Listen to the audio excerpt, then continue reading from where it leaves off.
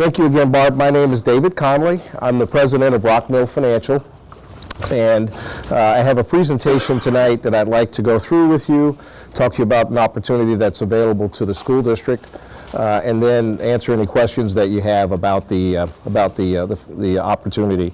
On the first page of the presentation, I just wanted to provide some background for you about Rockmill and who we are. Rockmill is a financial expert working with governments in Ohio. I've been dealing with communities around Ohio for 27 years. Our primary responsibilities when we work with school districts is to help them assess the feasibility for new facilities, new construction projects. So we come in, take a look at concepts for new buildings, look at the estimated expense for those buildings, and then try to determine whether or not such an expense is reasonable for the community. And that's what we've done for you. We also, in that process, are engaged by boards to see if we can find low-cost ways to pay for those improvements, including finding ways to pay for improvements or construction without increasing taxes. So more and more, we're engaged to help keep taxes as low as possible, if not eliminate the cost for building new facilities. And so you can imagine our services are becoming in higher demand every single day that goes along. Once we're able to identify some options, the other thing that our firm does that's unique is that we help communicate those ideas to the community. Some financial concepts are not as easily described as others, but because of my long experience with working with communities and school districts, we found ways that make understanding some of these concepts easy. So we work with the board, we work with the community, work with the county auditor's office to help them be able to explain and help the community understand. Once we reach a point where the board feels comfortable with a financing idea, then we work hand in hand with the board, with the community to put that financing structure in place and move you along. I have to tell you that I am a registered municipal advisor with the SEC, so in that particular role, we have a legal obligation to represent your best interests, which is good for you because I can only tell you what's good for you and not for anyone else from a taxpayer's perspective. So we are candid about our approach to advising you from a financial perspective, all with the hope of making sure that at the end of the day, taxes are kept as low as possible for your community. So much for who we are and what we do. Now, we started working with the district probably 2 years ago, kind of loosely. So that you have some background, this is 2 years in the works for us to get to the point where we're talking tonight. We started with a financial assessment of the district, looking at the financial operations of the district, looking at the management of the district from the administrative perspective, looking at board policies, and have concluded one thing, and that's the very first bullet, that this is an incredibly well-managed community, well-managed school district from a financial perspective. It doesn't take a financial expert long to look at your financial statements to make that conclusion, but we go a step beyond that and look even further. So a great deal of credit should go to Ms. Donahue for the work that she's done, and to Steve, quite frankly, because they work together so well. It's producing very, very impressive financial results. Your board policies, all of your financial management decisions are above average from our perspective.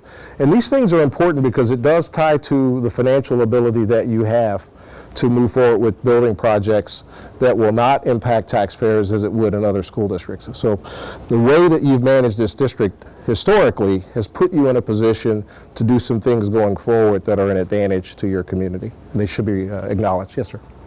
Some of these conclusions you're coming up with, I presume, are as compared to the 633 school districts throughout the state of Ohio. That is correct. Does it go beyond the state of Ohio? No, just the state of Ohio, okay. In particular because of the unique financial structure of Ohio for school funding. So we look at Ohio school districts, and we have a lot of good data for Ohio school districts to compare you to.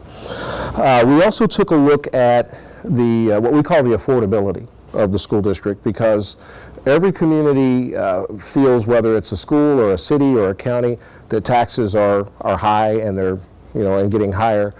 We also like to make sure that when we represent a client that the cost of the services that you provide your community are not out of line with other school districts of your type. What we concluded is that you're actually below the average for your cost to your taxpayers. So we refer to it as affordability. The district is affordable for its residents. You've maintained expenses incredibly well, but that doesn't say that people won't feel like their taxes are high. So we want to make sure that we say this fairly. And for some people, taxes are high because the income ranges are somewhat broad. But overall, the district is lower on the tax cost structure than most school districts of your type, especially neighboring school districts, and you've done very well there. We've gone through an extensive process to look at estimated project costs and to figure out, is it possible for you to borrow money using a bond issue, build new facilities, and keep taxes at the level that you're currently at, or maybe even lower? And not every school district has that particular opportunity, but in your case you do. So we discovered that through an existing structure with the bonds that you have outstanding, you could potentially do an additional financing without having to increase taxes. And I'll go into that in a second. In addition to that, because of the overall financial reserves that the district has, your cash reserves, because of low interest rates that are currently in place and getting lower, we can restructure existing debt that you have, save money. So in other words, we can refinance bonds that are already outstanding, change that structure, save money from refinancing those bonds, and then sort of build that into a new financing structure that could let you do new bonds in the future without increasing taxes. So let's look at page 3. This is our conclusion for where you stand right now. Today, the average homeowner in Amherst is paying about $15 a month for the school buildings that you have today, for the bonds that are outstanding for those facilities. That particular bond issue that's outstanding is paid off in 2026. $15 a month equates to about 3.8 mils, and if we look at that particular picture and ask the question, if the community would be willing to continue to pay $15 a month into the future, so instead of having it go off in 2027, just continue to pay it, what could the school district use, what could the school district borrow against that additional money in the future? And the answer is about $17,500,000 is at your disposal. This particular number is interest rate sensitive. So as the rates go up and down, the number goes from $15 million to $17.5 million. We feel pretty comfortable right now that $17.5 million is a conservative number. We're using about 4.25% interest. But the concept is this: the community continues to pay $15 a month, or the equivalent of 3.8 mils. That means taxes would not go up. Just stay where they are. But in all honesty, they're continuing to pay beyond a period where the taxes would have gone away. So, in all fairness.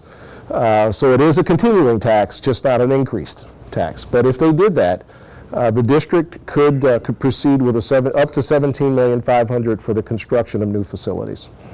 Yes, sir. It would be a continuation of the existing bond, not a continuing bond levy, bond issue. It would be a new bond issue. Continuing is a bad word. That's correct. So let me, you're right, that's a good point. It would be you would place, and we're going to talk about this in a second, but you would place a new bond issue on the ballot. Mm-hmm. That new bond issue would become effective with payments that would start roughly when the old bond issue goes away. And then go for a set term. Right, and it would be up to 37 years would be the new bond once it's issued. And I say up to because if interest rates are lower, we might be able to do a shorter bond issue, but stay within the same $15 a month window. 37 at current rates would be necessary in order to keep that payment at 15. That's correct. That's correct. So if you said to me, David, we really need 27 million, then we're going to need to add something on top of the existing 15. But today, 15 is producing 17,500,000. So we keep the asterisks on there because we're not sure what will happen. On the next page, page 5, I have a graphical representation of the concept, just to kind of give you an idea of how this is working. That particular page shows, there's the very first orange bar represents the payment that you made on the bonds last year. And that particular payment was about $2 million a year. 3.8 mils produces about $2 million a year in taxes to the school district. What we're proposing, and tonight you have legislation to authorize a refinancing of the existing bonds that are outstanding. We're proposing refinancing that orange bar so that the payments drop down to where the dark blue is, and then you can see where the dark blue goes away. Then if you place a bond issue on the ballot in November and it passes, we can add the light blue, which would be the payments for the new bond issue, on top of the old bonds that have been refinanced, and still be able to pay both of those transactions with the same 3.8 mils. We refer to it as a no increase in taxes bond issue, but the refinancing is what really allows us to make the two of these work together. And so the concept isn't really that challenging. We actually believe that the 3.8 mils only needs to be collected out till, let's say that, 2029? Yep. Put my glasses on. 2029. And then actually after that it drops. So in theory, it's really a less than no increase in taxes. And actuality, taxes will go down again in 2030, based on the structure of the bond issue. Going out to 2026 on the current issue, so you're Right. going out 3 more years and it drops. That's correct. That's correct. And the way that we can be somewhat creative. For example, if the community doesn't want bonds outstanding, as long as this term shows, we can actually shorten it, and in essence, just imagine the blue bar just getting taller, Right. and then maybe it's paid off in 2040, somewhere around there. But the initial structure is just to have it carried out for the regular term of a bond issue, and then as we get down the road, we can talk about shortening the transaction if the community is more interested in a shorter transaction than a longer transaction. So it's an option that's available. What's important for me to point out is that this option is only available to, I'm going to guess, less than 5% of the school districts in the state. So this is not something that every school district can do. That's because we're good. It's because you're good. It's because of all the things we mentioned at the beginning. It's a confluence of everything. I mean, good management, good timing, interest rates, your financial consultant, all of those things mixed together. I had to throw that in there. You can't leave that open. Not me. Go ahead. Yes, sir. So between now and 2029, we're at $50 a month. Correct. And in 2030, what would roughly that? It looks like it's about half, so it would go down to about $750 a month. Yeah. So you could effectively keep it at 15, pay it off into 2040. That's correct. In essence, it would be half the distance. I mean, simple math, half the distance between where it drops. So 2030, so what's that, 13 years? 2041. Yep, 2041. Wait for an extension, Right. a reasonable extension. You can do it with no increase in taxes, period. That's correct. And anything, it may even be less. Right. So one reason that I don't necessarily strongly push for shortening it is that you do have to rely on your tax base to continue to grow over those years to keep the tax rate the same. 27 years for me in the business, I never thought that tax values would go down in Ohio, but the recession introduced us to a whole new concept. And so if we do shorten it, it makes us more exposed to a change in tax rate. So we have to be somewhat sensitive to the risks. You can use somebody else's money for a relatively inexpensive Right. cheap Right. rate. Go for it. Yeah, I agree. So, It makes sense. Re-emphasized so much when he said we're very conservative. yep, Yeah. yep. So We can account for all those different things that might come into play. So, Ms. Donahue, if I didn't say this from the very beginning, told me, she says, we don't get real fancy around here.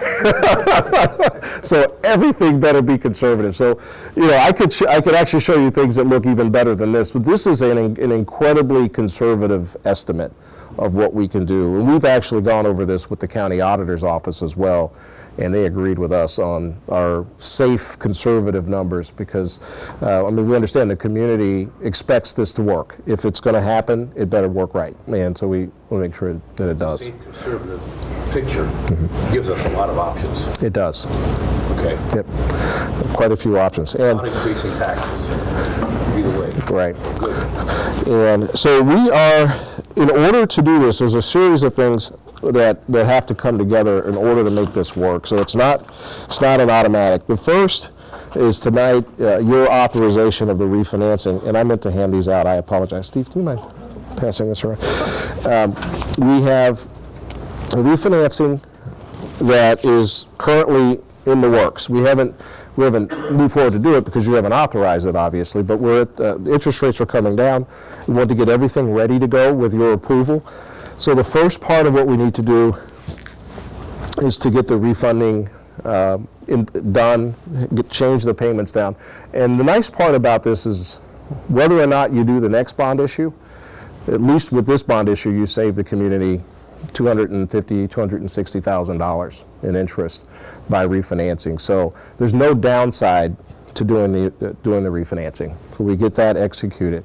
So that's the first step. The second step is that at some point between now and the deadline to file for either August or November, the board would need to consider putting a bond issue on the ballot. And it would be, the ballot language would be a traditional bond issue placed on the ballot for an amount of $0 to $17,500,000. So anywhere in that range.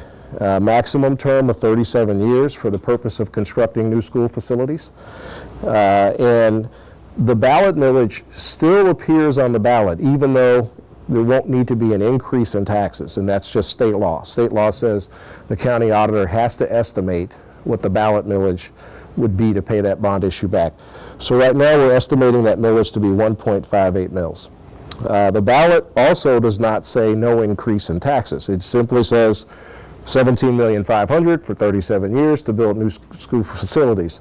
It's up to Barb and the board and the community to share the word about it not costing money from a new tax perspective. Likewise, ballot language will not have the word additional in either, will it? That's correct. It will not. Okay. It will simply say, it'll just have, the county auditor estimates the millage to be 1.58 mils. So someone if you don't reach them through communicating, will walk in to vote and assume that their taxes are going to go up 1.58 mils. So a campaign to reach the community is important, so they understand that even though it says 1.58, the board will not, and the county auditor will not need to collect any taxes at all beyond what's currently being collected for the bonds. And then that's 3.8 mils, right, Mark? Yeah. So that would be the second stage of getting things done. The third stage would obviously be to get the community to be supportive of the idea, and then you can move forward. Now, the page 7 shows that our next steps: refinance, decide on the final project. That becomes another issue, and that is nailing down exactly how much the district would like to borrow, to finance. Because again, if we've worked with a couple districts that are doing the same thing, we said $17,500,000. They went back, sharpened all their pencils, talked to the architects, did everything, and said, we need $18 million. So if that's the case, the more time we have to figure it out, the better. So it's good that we get a good solid number to work on in a project. And then once that's done, you'll receive legislation that has the actual amount in it. And it's a two-step process. One is a resolution of necessity to the county auditor. A certificate comes back certifying the millage, and then you would pass a resolution to proceed. And then that would go to the Board of Elections. What's important to know, if you remember that orange bar, the first bar, if you're on the ballot this year and you pass, everything goes along just fine. If we're either not on the ballot this year or we're unsuccessful, the millage drops because we refinance those bonds. And if there's no additional bond issue out there, taxes will go down. And if you want to come back for $17,500,000, taxes are going to go back up the following year. So it's But not any more than they already are. not any more than they are today. So they'll get a one-year tax break, so to speak, but it will be an increase over the prior year's taxes. And so it works more seamlessly if it can be done without that break in the overall taxes. So that's the concept. And our experience, I've probably done 10 to 15 of these in my career, and I have not had a community be unsuccessful in executing the process, given that they've had enough time to do it. It's not something you can communicate in 3 months. I mean, it takes time to explain this to people, to have them trust what you're saying. So as I mentioned before, we work with you in that process. And we've had several meetings now with the county auditor's office to make sure that they also agreed with the concept and they understand and agree with the numbers. So we're pretty excited about it.